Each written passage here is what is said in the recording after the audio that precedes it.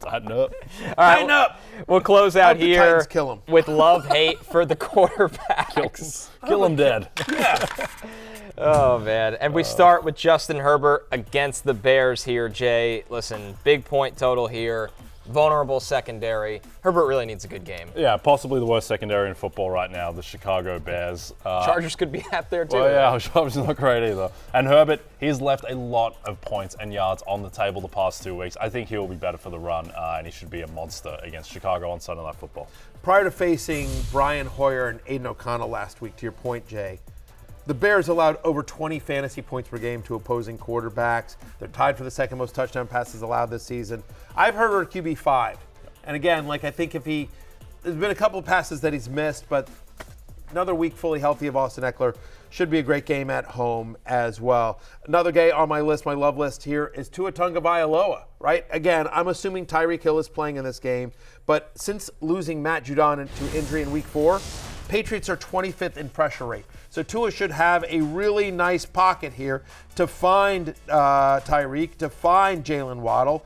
He's playing at home. Why does that matter? Because in 3 home games this year, Tua is averaging 22.6 fantasy points per game and 293 passing yards per game. He's my QB6 this week. All the Tua. Jay, how about Jared Goff? Obviously a tough week against Baltimore, but looking like a bounce back against the Raiders. He comes in as QB8 for Barry. I think it's pretty simple with Jared Goff. If he's playing outdoors against a good defense, no chance. If he's playing indoors against a bad defense, all well, an MVP candidate. Right. And he's playing indoors against a mediocre defense. 22.8 fantasy points per game is exactly what he averages when he's playing at home. As you mentioned, it's at home. By the way, Vegas, 27th in pressure rate. Yeah. That's the other thing about Jared Goff. When he has time to throw, he's great, and he's going to have time to throw.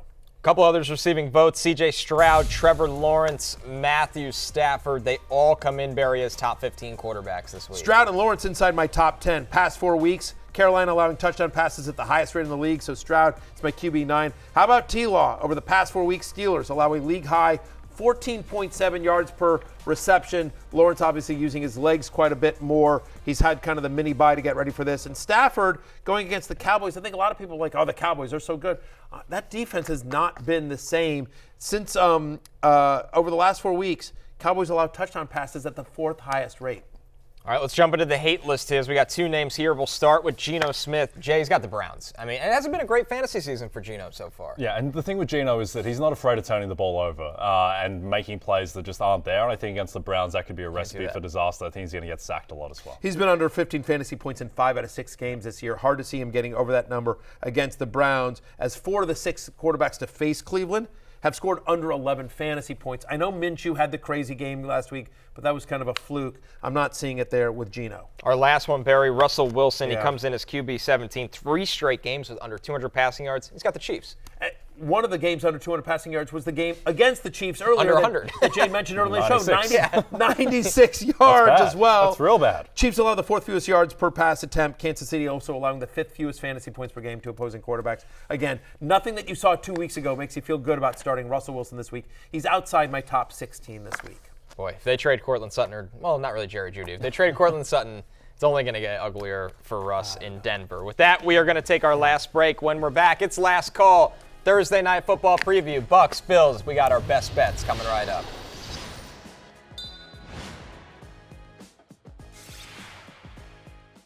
Hey, it's Matthew Berry from NBCSports.com and RotorWorld.com, and I want to thank you so much for watching whatever it is you just watched, or if nothing else, being too lazy to click out of the autoplay after this video started, after whatever it is you actually wanted to watch finished.